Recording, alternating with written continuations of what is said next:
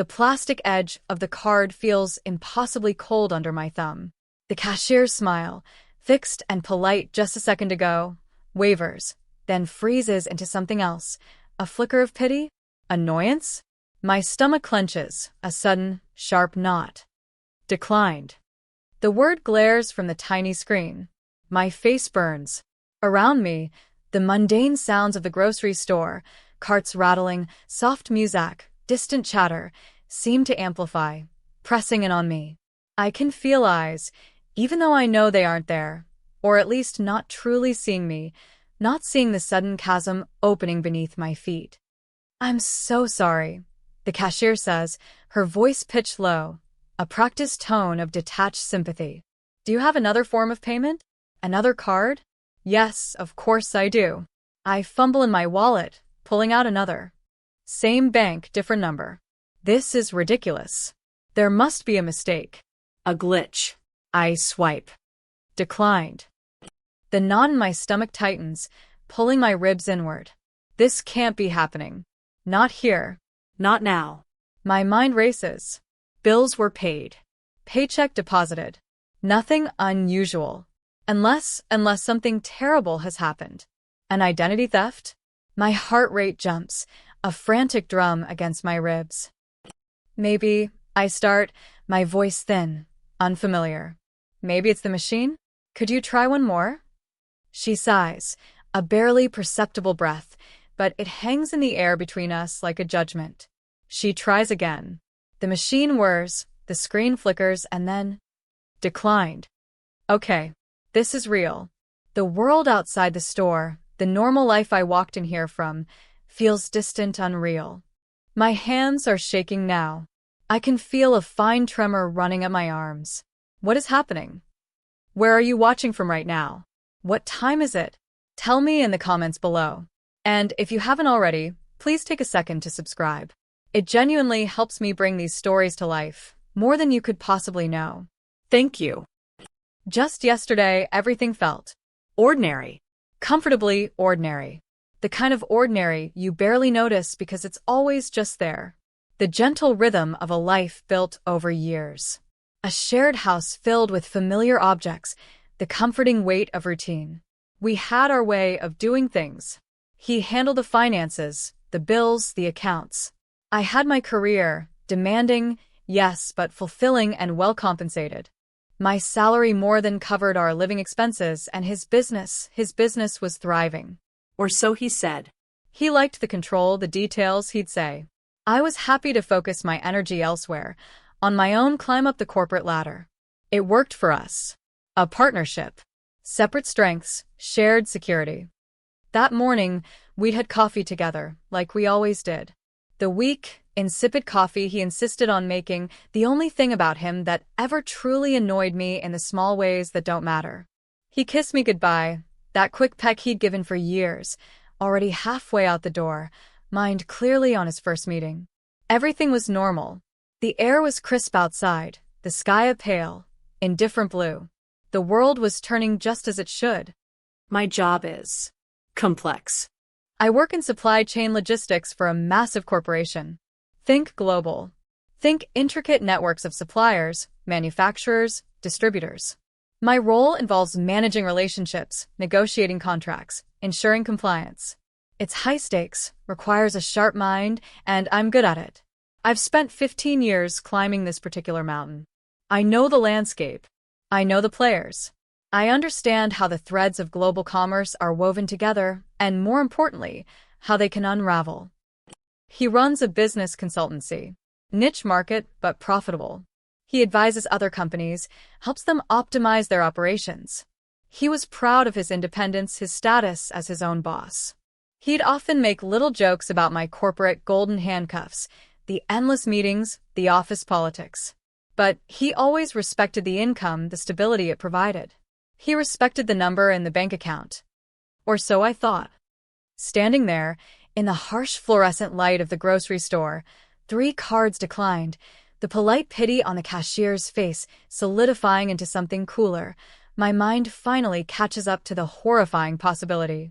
All the cards. Linked accounts. Managed by him. This isn't a bank error. This is an identity theft. He did this. He blocked my access. To my own money. To our money. But why? The why hits me moments later, not with a crash, but a sickening slide into emptiness. I drive home, on fumes, praying I don't run out of gas, and the house is silent. Too silent. Not the normal daytime quiet, but an expectant, hollow silence. The closet door in our bedroom is ajar. His side. Empty. The dread pools in my stomach, cold and heavy. I walk through the house room by room. The bathroom cabinet, his razor, his toothbrush gone. His desk, cleared of personal effects. Not just a trip. This is everything. On the kitchen counter, propped against the fruit bowl, is an envelope. My name, in his precise, familiar handwriting. My fingers tremble as I pick it up. Inside, a single sheet of paper. No flowery language. No explanation. Just cold, brutal facts. He's leaving. He's been unhappy for a long time. He's starting a new life. With someone else. He lists a lawyer's name for me to contact. And a final, cruel sentence. I've handled the financials. You'll hear from my lawyer regarding arrangements. Handled the financials. Blocking my cards. Leaving me with nothing. The air leaves my lungs in a rush. I sink onto the cold tile floor, the paper fluttering from my hand. New life. Someone else. The someone else my mind scrambles for possibilities. A colleague? A client? Someone I've met? The face that swims into focus is unexpected and devastating. Sarah. Sarah from the club. The one I'd introduced him to, the one he'd seemed so casually friendly with. She was younger, vibrant. Everything I suddenly feel I am not. The initial shock gives way to a wave of nausea, so strong I have to brace myself against the counter. He didn't just leave. He strategically crippled me. Financially. At the most basic level. He knew I didn't handle the accounts day to day. He knew I relied on that easy access. He didn't just cut me loose. He threw me into the deep end with weights tied to my ankles. In the days that follow, the reality of my situation sharpens into a constant, physical ache. I can't buy groceries. I can't put gas in my car. My phone bill is coming due, my mortgage payment is looming. My salary is still being deposited, but I can't access it. He's locked me out of every joint account, every credit card. The lawyer's letter arrives. Cold, impersonal, stating his intention to file for divorce and outlining proposals for asset division that are laughably skewed in his favor, based on a distorted view of our financial contributions. It reiterates that all joint funds are frozen pending settlement. Frozen. My money. My life. Held hostage. Humiliation becomes my constant companion. I have a successful career, a good salary, a life that on the surface looked enviable. Now, I'm borrowing $10 from a colleague for lunch, making excuses about a temporary issue. I'm calculating exactly how much gas I need to get to work and back, praying the needle doesn't drop below empty. The bank is unhelpful. They can only tell me the accounts are joint and subject to legal dispute. His lawyer is a brick wall. And when I finally reach him, my husband of 15 years, his voice is flat, devoid of warmth, almost bored. You need to talk to my lawyer, he repeats, a mantra designed to deflect and dismiss. You blocked my cards, Mark, I say, my voice trembling despite my efforts to keep it steady. My salary is in those accounts. How am I supposed to live? A beat of silence. Then a low chuckle. It's not a sound of humor, but of cold satisfaction. You'll figure it out, he says. You're resourceful, aren't you? Resourceful. The word hangs in the air, a twisted compliment. He knows exactly what he's done. He didn't just want to leave. He wanted to dominate. To show me I was powerless without him, without the financial control he'd always exercised. He expected me to crumble, to be forced to agree to his terms, to come crawling back or simply give up. He wanted to win the divorce before it even started by rendering me unable to fight. He underestimates me. He always has. The whispers start. Through mutual friends, through the thin walls of shared acquaintances. He's already public with her. parading her around. The stories filter back, little poison darts designed to wound. They seem happy. They're planning a future. They're using my life savings to build their new life. The pain of the betrayal runs deeper than I thought possible. It's not just the leaving, it's the calculated cruelty, the premeditated financial attack.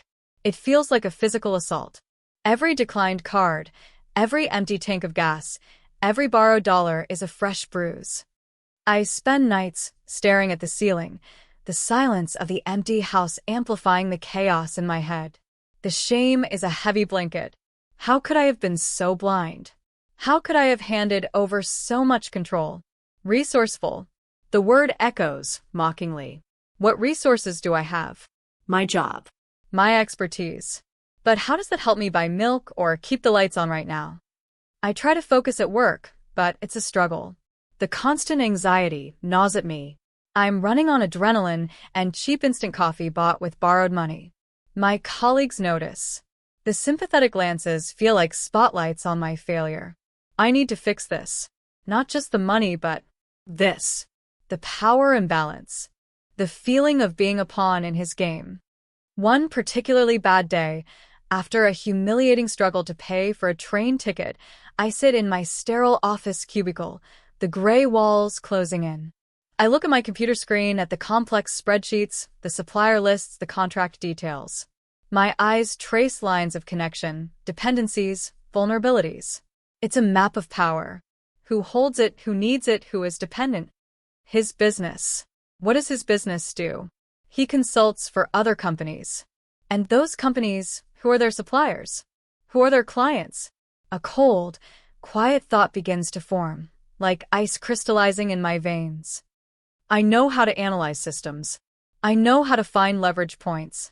I know how to map dependencies. I do it every day for work, to ensure the stability of our supply chain, to identify risks and mitigate them. But what if I use those skills on a different kind of chain? His. The thought is dangerous. It makes my heart pound, not with fear this time, but with a dark, thrilling possibility.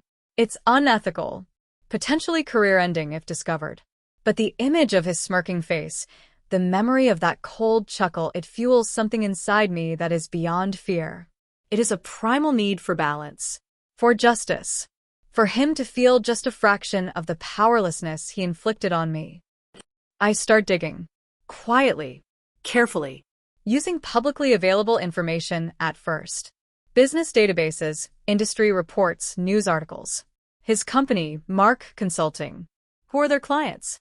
Who are his major clients? It takes time, painstaking effort, late nights hunched over my laptop long after I should be sleeping. And then I find it. A significant client.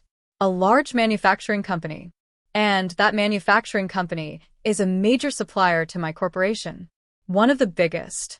A multi-million-dollar annual contract. The pieces click into place with an almost terrifying precision. My company relies heavily on this supplier. The supplier relies heavily on clients like Mark Consulting for their own operational efficiency and strategic planning. If something were to disrupt that supplier's business, my company would take notice. Significant notice. The cold logic takes over. This isn't about revenge anymore, not just raw emotion. It's about strategy. It's about power. He took my financial power, the power of my own earnings. But he forgot about my professional power, the influence I wielded within the intricate machine of a global corporation. He attacked me where he thought I was weakest. I could attack him where he thought he was strongest. His business. His perceived independence. The decision solidifies. It's not easy.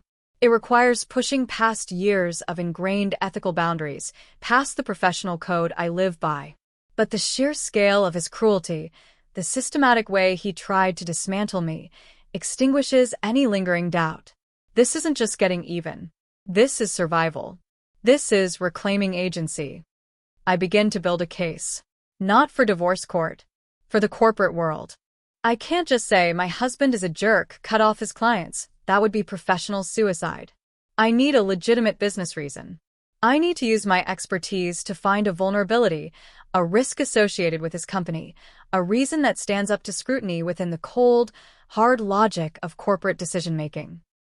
I dive deep into the data, the reports, the performance metrics of the supplier company. I look at their risks, their vulnerabilities. And buried deep in the operational reports, I find it. A series of small, seemingly unrelated issues. Delays in deliverables from one of their key consultants, Mark Consulting. Minor compliance issues flagged in internal audits, potentially linked to outsourced processes managed by a consultant. Small things individually, easily overlooked. But together, they paint a picture of a relationship that poses a potential risk to our supply chain stability. A risk that, if it escalated, could cost my company significant money and disrupt operations. It takes weeks.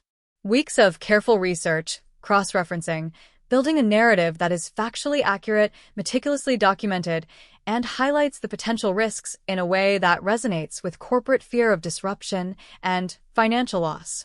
I frame it as a proactive risk mitigation strategy. Reviewing the supply chain, identifying potential points of failure, ensuring the stability of our most critical partners. Mark Consulting, as a key consultant to a key supplier, falls under this umbrella. I don't make it personal. Not on paper. Not in meetings. I use the language of my world. Risk assessment, due diligence, compliance review, strategic adjustments. My team assists, unaware of my personal connection, just following standard procedure initiated by a senior manager concerned about supply chain resilience in a volatile market. I ensure every step is documented, every recommendation based on solid, verifiable data.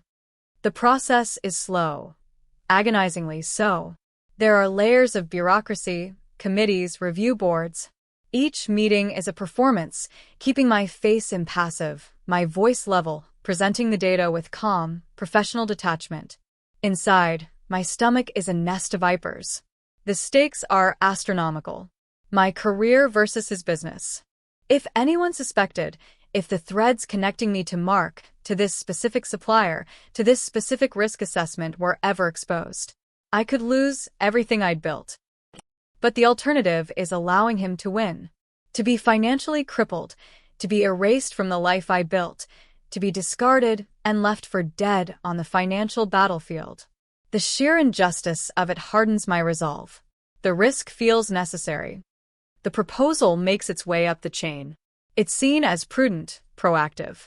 A necessary step in a world filled with uncertainty. Recommendations are made. The supplier needs to address the identified risks in their operations, including a review of their key consultant relationships.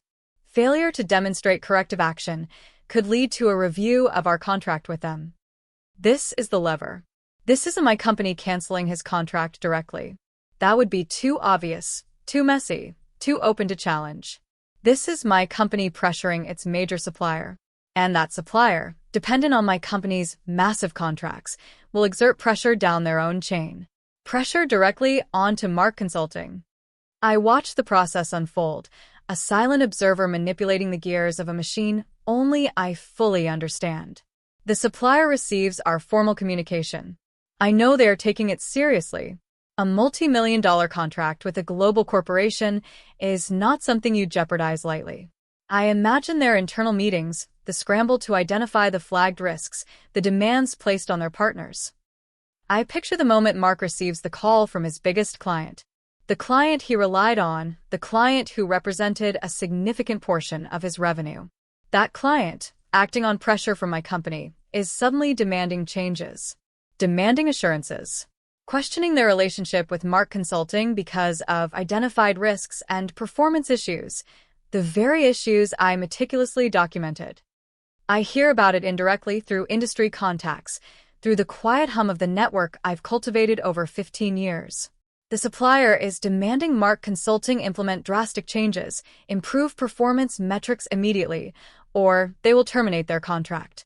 They can't afford to lose my company's business because of issues with his. Mark, who thought he was untouchable, who thought he had all the power because he controlled my bank account, is suddenly facing the collapse of his own financial world.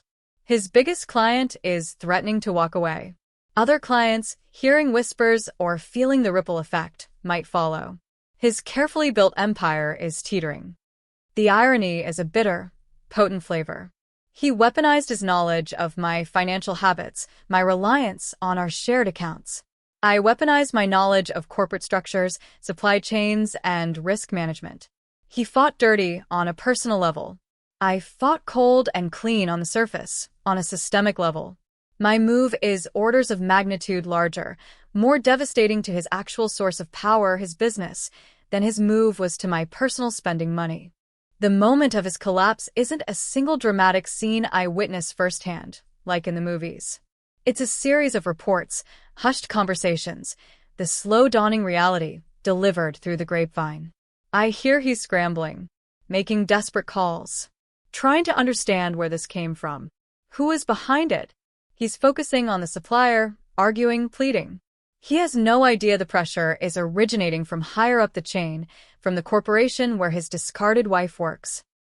He never connects the dots. Why would he? He left me powerless, broke, struggling to buy groceries. The woman he betrayed and abandoned couldn't possibly orchestrate something this sophisticated, this damaging, within the very corporate world he sometimes mocked. He expected tears, shouting, perhaps a messy legal battle over assets. He didn't expect a strategic strike on his livelihood delivered with cold, professional precision from a direction he never even considered. The news comes on a Tuesday afternoon. He collapsed in his office. A panic attack, they say. Rushed to the hospital. His business is in chaos. Key clients are terminating contracts. The one I targeted, the major supplier, is gone. Others are following suit, spooked by the instability. His foundation is crumbling. The woman he left me for, Sarah, is reportedly furious, having signed on for a life of comfortable independence built on his success, not of financial implosion. He thought he had me cornered. He thought he had won by taking my money. But money, in the end, is just a tool. Power is the real currency, and I understood its complex flow in ways he never did. My company's reach, its influence, its sheer economic weight, dwarfs his small consultancy. He walked away from our shared life, sneering about my resourcefulness. He is about to discover the true extent of that resourcefulness, weaponized and aimed directly at his most vulnerable point. I don't feel triumph. Not the joyous, fist-pumping kind. It's colder, a deep, bone-weary satisfaction mixed with the lingering ache of what was lost. The end of a marriage, the shattering of trust, the loss of the future I thought I had. The cost was immense, not just in practical terms, but emotionally. I had to become someone harder, someone willing to take risks, someone who could orchestrate a professional demise. He is facing ruin. His business is likely unsalvageable in its current form. He is learning, in the most brutal way possible, that power is relative, and that abandoning someone you thought was weak can be the most dangerous mistake of all.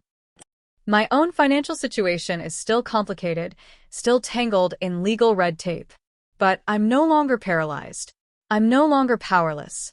I've proven I can navigate the storm. I can build anew. The feeling of being able to breathe again is slow and coming, like thawing from a deep freeze. The air is colder now, sharper, but I can fill my lungs with it. Life after this. It's different. The silence in the house is no longer hollow and expectant. It's quiet, yes, but it's my quiet. A space to rebuild. The shame has receded, replaced by a quiet, steel certainty. I survived.